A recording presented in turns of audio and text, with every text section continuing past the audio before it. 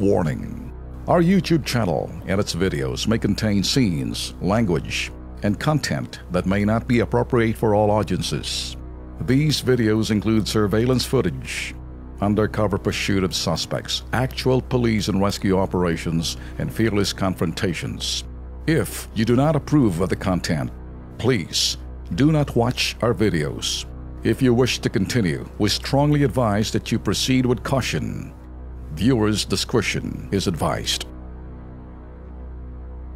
Naihatid na po kasi sa kanya pong huling hantungan ang labihon ni Lola Gloria Alcantara matapos pong pigilin ng punerarya na Bonita Funeral Homes ang pagpapalibing dito dahil lamang po sa hindi mabayaran pong halaga ng kanila pong sinisingil para ho sa kanilang serbisyo.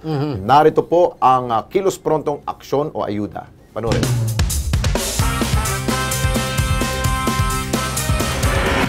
July 19, 2017, lumapit sa Kilos Pronto si Dorotea del Rosario ng Malanday, Marikina.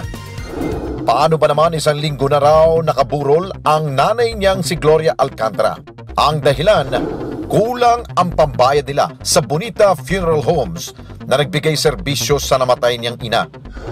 Sinubukan daw nilang makiusap, ang kaso hindi raw ito pumayag hanggat hindi bayad ang kabuang halaga na 42,000 pesos. Lubha ang pag-aalala ni Dorotea na baka maagnas na ang bangkay ng ina.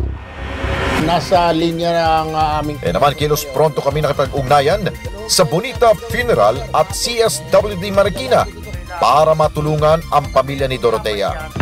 Tinanggal ko na kagad ng discount pa na another 3,000. Kaya natitira dyan, 42 na lang.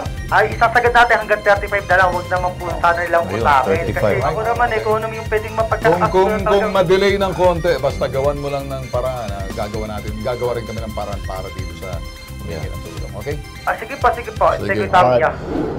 At 2 araw lamang matapos sa naging usapan, sa wakas, naipalibing na rin si Nanay Gloria Alcantara. Kaya naman, nakahinga na ang pamilya ni Dorotea.